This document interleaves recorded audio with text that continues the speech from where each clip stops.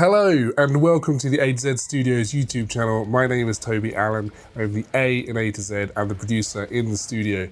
Today I'm at my home studio, Behemoth Studios, where we're going to be talking about this absolute monster, which is the Marshall 1959 hand-wired, which has been lovingly modified by my good friend Dan Gower, who's given this the Killer Cali treatment. Now you may have seen my video previously where I was trying this out stock to get some metal tones, and you probably saw that it wasn't quite getting to the metal kind of territory that I would have liked, and even with using a boost it started to kind of fart out and fuzz out and get a little bit difficult. So hence why we've had the modification done to this.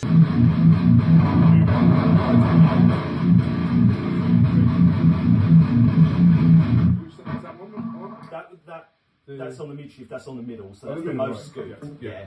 So if I go between that and the most medium.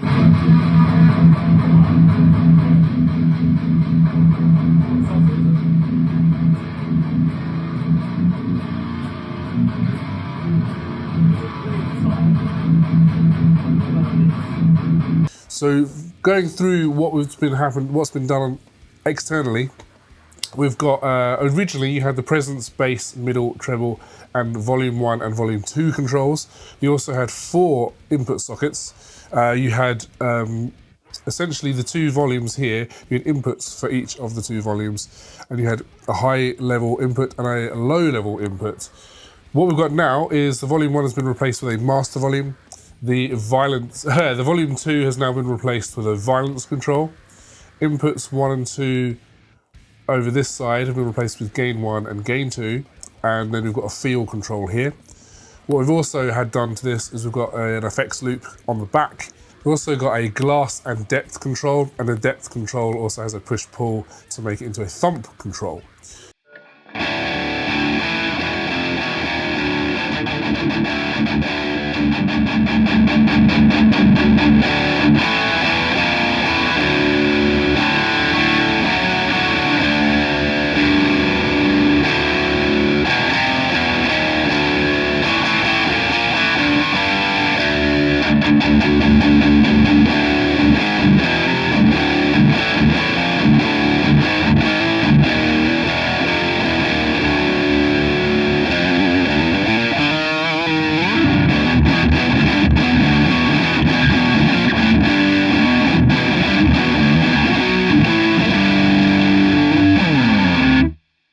What we're going to do is we're going to run through what all of the knobs do individually on the amp, and then we're going to go through and get some tones. So first off, let's get this turned on. We've got everything at noon except the volume, the master volume. We've got the Midshift set to stock, we've got the saturation set to stock, and the 2 controls on the back are set to noon as well. And we're going into a Mode 4 cabinet, and there's an SM57 pointed at a V30 MF. That sounds like this.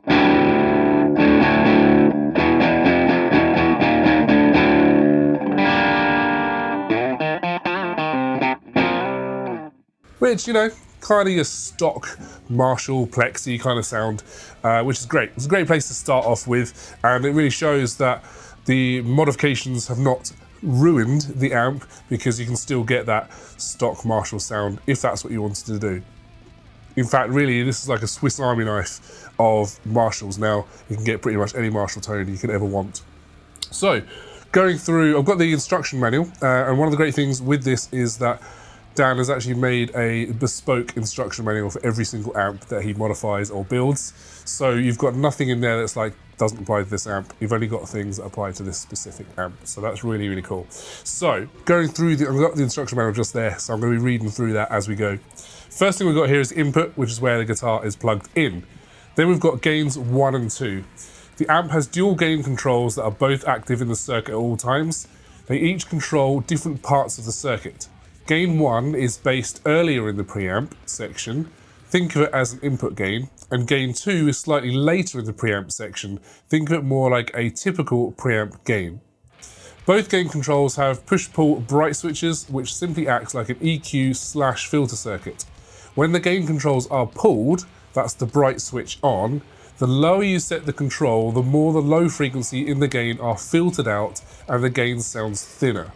Likewise, the higher you set the gain controls, the less effect the bright switches will have, and you will hear more low frequencies in the gain. With the gain controls pushed in, bright switch off, it sounds darker, rounder, and less gainy in comparison unless they're set beyond 3 o'clock. When completely turned to 10/maximum, there will be no difference in sound if the gain controls are pulled or pushed in. So what you've essentially got here is these are both operating as gain controls, in one before the preamp, one in the preamp, and then if you pull them out, it puts the gain on full and then acts as a high pass. So the further anti-clockwise you turn it, the more aggressive the high pass is. So this is where we're at the moment.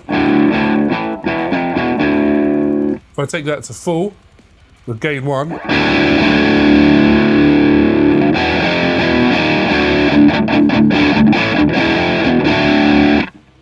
And then we pull it. It's exactly the same sound. That point, but if we then bring it down,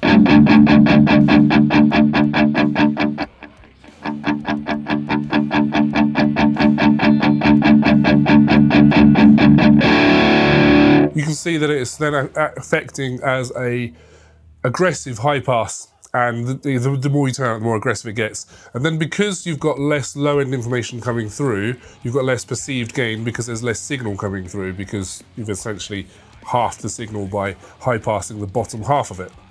And then you've got the same thing with the gain 2 control, but in a different place in the circuit.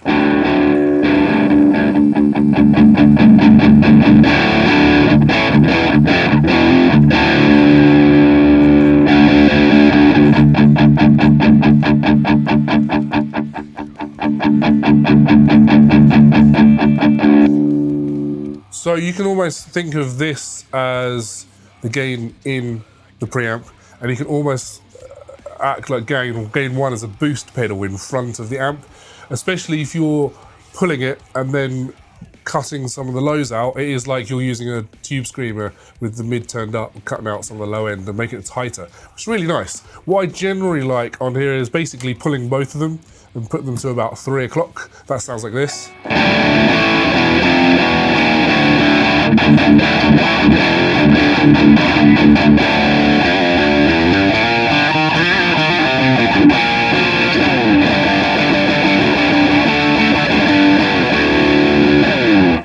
Nice little punk tone. Again, still getting into quite getting into metal territory yet. More hard rock and punk kind of sounds, but it sounds very nice.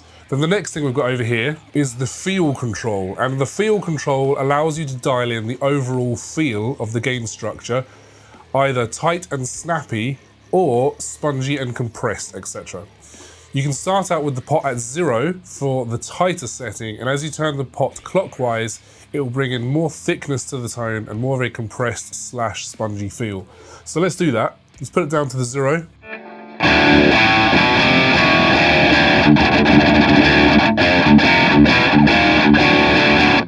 That's very, very tight. It'll take up to about just above 9 o'clock. It'll take up to about 12 o'clock. Take up to about 3 o'clock. And then max it out.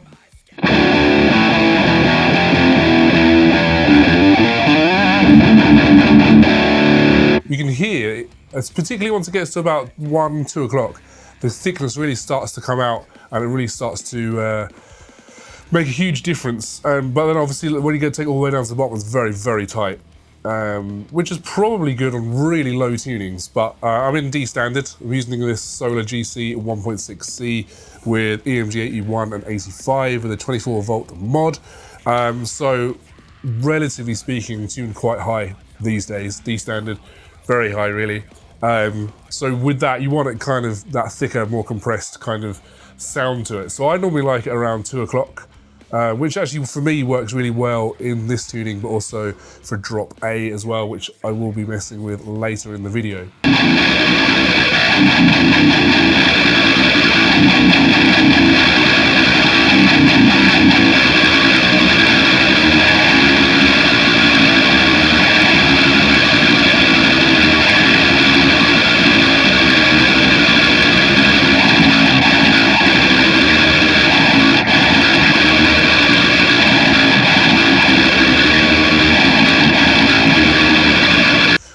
moving on, we have the violence control, which is the most exciting part of the modifications, in my opinion.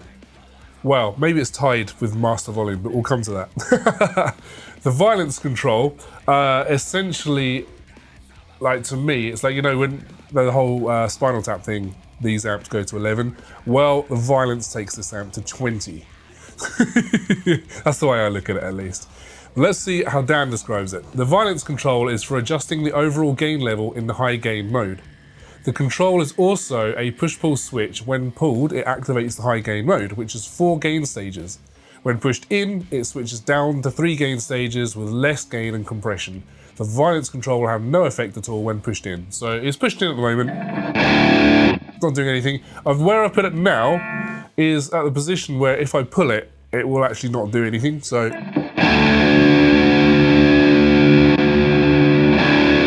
well, it will, but it's subtle.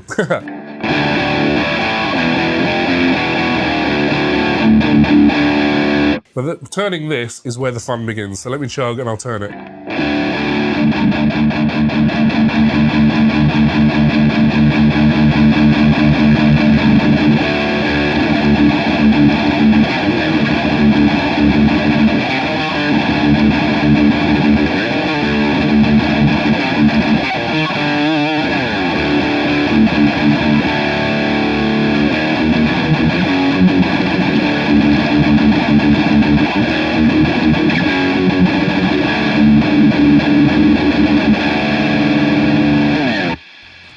Oh, and it gets a little bit hissy at that point as well.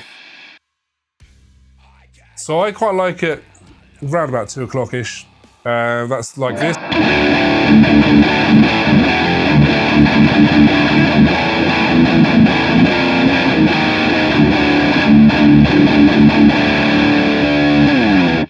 Where the gain really starts to get cooking, and I really enjoy that. So that's the violence control. We will maybe play with that a little bit further later on down the road when we get to more controls. The next control, which I think is a really important one, is the master volume control.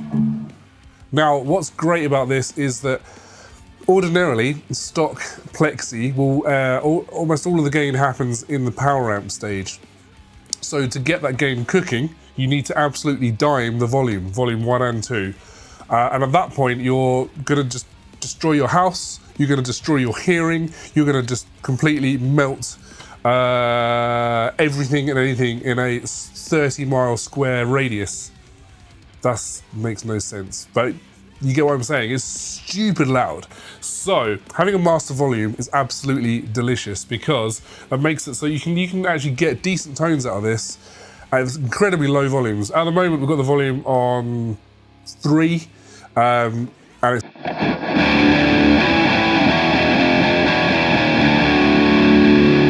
I've got the 4x12 is in the cupboard behind me, so it's a little bit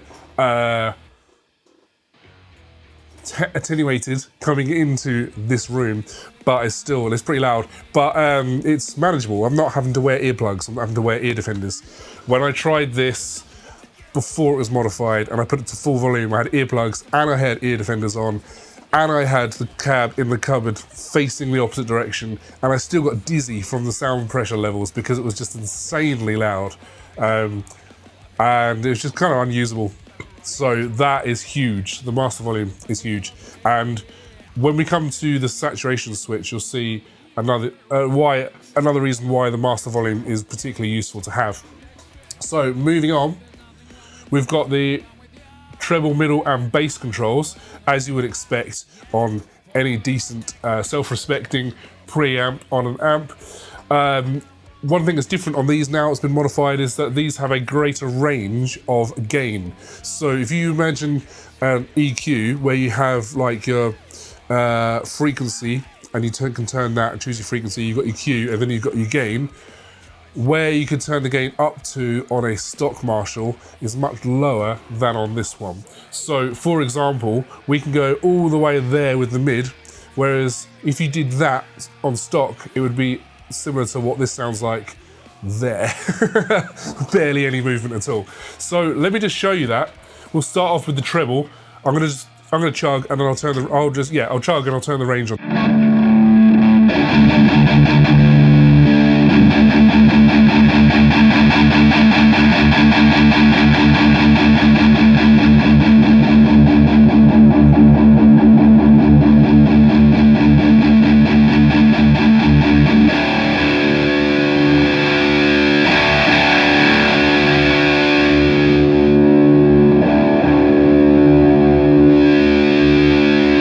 it's a little bit ridiculous. I feel like the extreme settings on that are not overly usable, but it is nice to have that range there if you do need it. To, you know, if you're using a very, very dark cab, you want lots of treble to get it to really cut through, then that could be useful. But it's, again, it's nice to have that versatility of having way more controls on hand. So let's move on to the middle.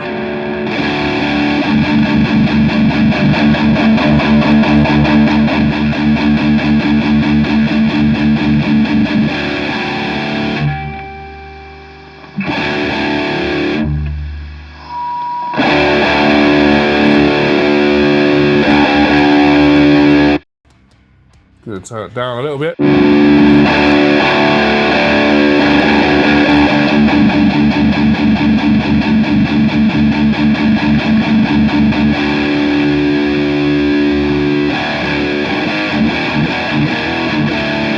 Again, you've got a very large amount of movement there, a lot of good range of adjustment on the middle.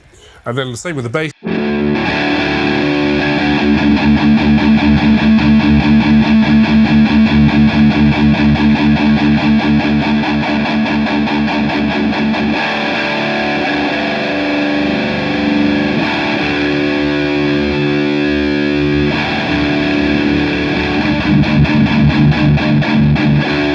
Not at all subtle, which is great. So then the next thing we've got on there is the Midshift. Now, if we go back to what I was saying before about EQ, now imagine that this switch here is adjusting the frequency on the EQs. So you've got, these knobs are adjusting the gain, the switch is adjusting the frequency of those three. So the description here, the Midshift EQ gives you the option to completely fine-tune the mid-range and revoice the entire EQ section. There are 3 Midshift settings to choose from. Right setting is the classic Marshall/boosted upper mid-range. That's where we are right now. Middle shifts the mid-range lower and gives a more scooped/modern EQ tone. Left setting is a little more balanced and sits between the middle and right settings tone-wise. Now Dan said to me that the left setting is almost kind of voiced similar to a Soldano, whereas the middle is kind of a bit more Mesa, boogie kind of sounding. So let's just push, because you're not really going to hear a huge amount if we put this on noon, so let's just push these all to about that kind of position. Actually, no, what I'm going to do is, yeah, I'll do that. I'll scoop the middle. So if we scoop the middle there.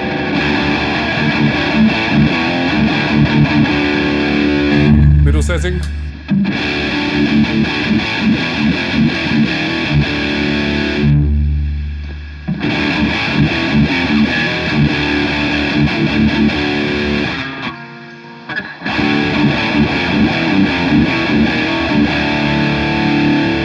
So again, I quite like it on the left one. It's kind of the halfway between. It's good.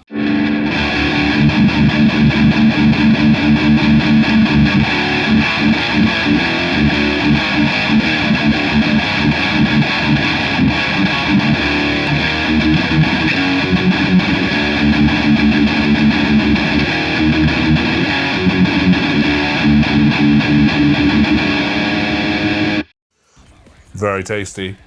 So then the next control we have is the SAT control. This is the saturation switch, which activates a diode clipping circuit. When engaged, it will make the amp sound and feel more distorted and over the top. There are 3 SAT settings to choose from. Left setting is maximum clipping, middle is bypass/no clipping, right is medium clipping. So we're currently at the middle setting, which is no clipping. It's totally normal for the volume to drop significantly when engaging the left or right settings. This is just the nature of the circuit and how it works. Simply turn up the master volume to recover any lost volume. So that's what I was saying earlier about having the master volume control being very, very useful. So this is middle.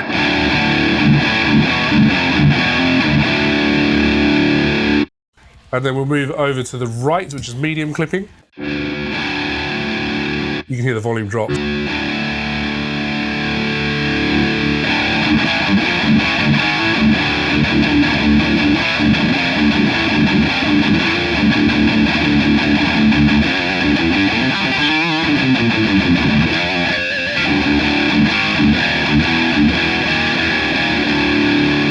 I just think it's just absolutely beautiful. Bringing in that clipping is just delicious. So let's go over to maximum clipping.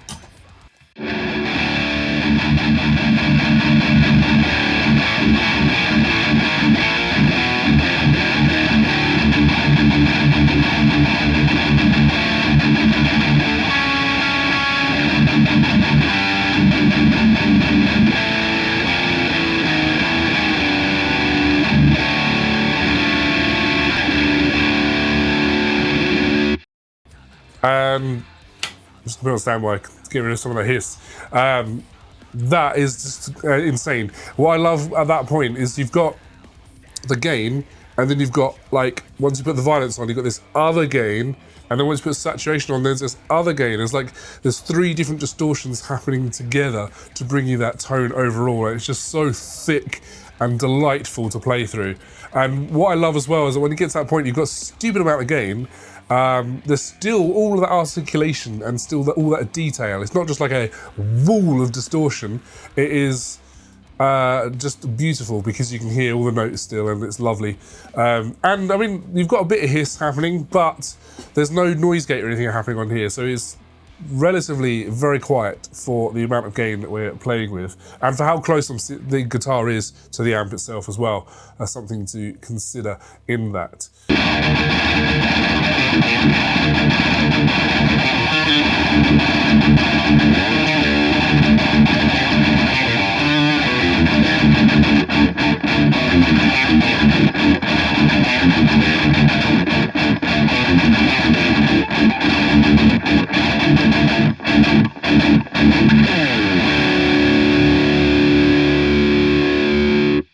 The next thing we have is the presence control. The manual says this adjusts the upper, mid and treble frequencies in the amp's power section. Just basically it does the same thing as what the presence did stock. So we'll go through the controls on that.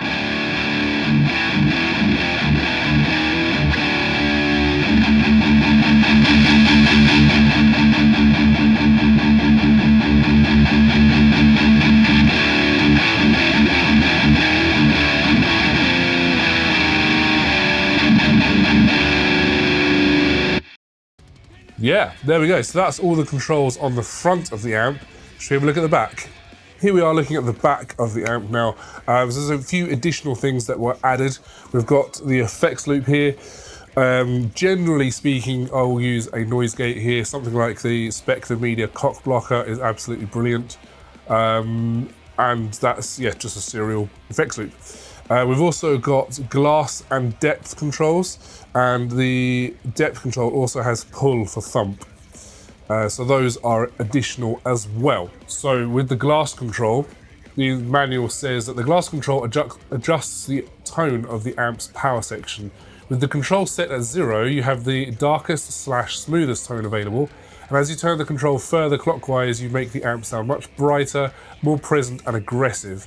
There's a large amount of sweep with this control, so you can fine-tune the amp to sound great in just about any situation, especially useful if you have to use an unfamiliar rented speaker cab, or if the room you're playing in sounds overly dark or bright, etc. So if you're using this on tour, for example, and you're using the backline cabs each night, you could just use this to get the amp overall back into the same ballpark as you had the previous night, without having to completely change or redial in all the tone and everything on the front of the amp. So that's very useful. So let's hear how that sounds. Right, so I've got the glass control on noon, and I'm just gonna do some chugging and turn that.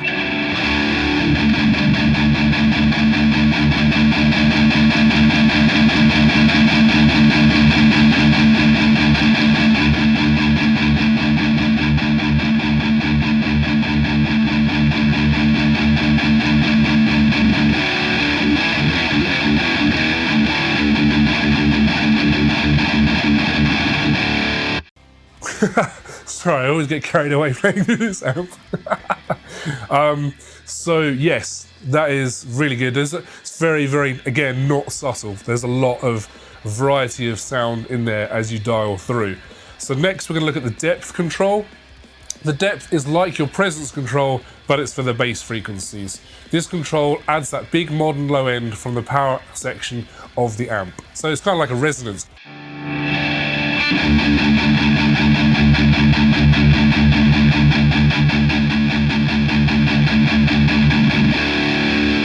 And then the thump, the depth control is also a push-pull switch that lets you switch between two different depth frequencies. When it's pushed in, you get more of a low mid boost. When pulled, it acts as a low end boost and provides the deepest, fattest low end possible. So here we are with it pushed in. If I then pull it,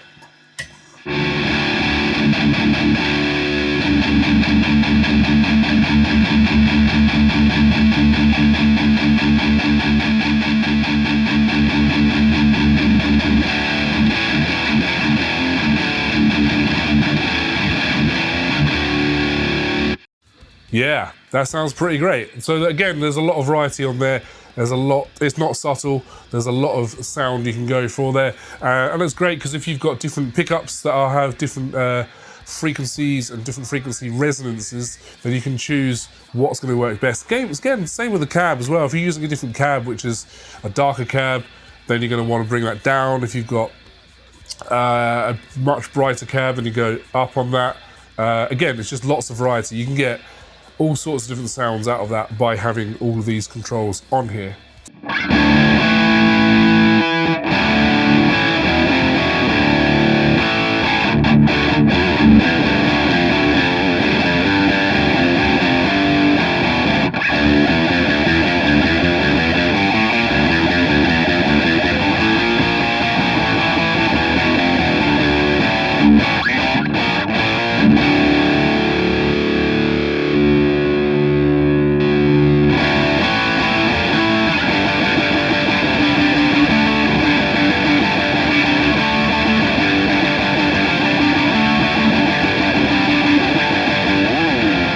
So there you have it. That is the 1959 HW with the Killer Cali modification done to it.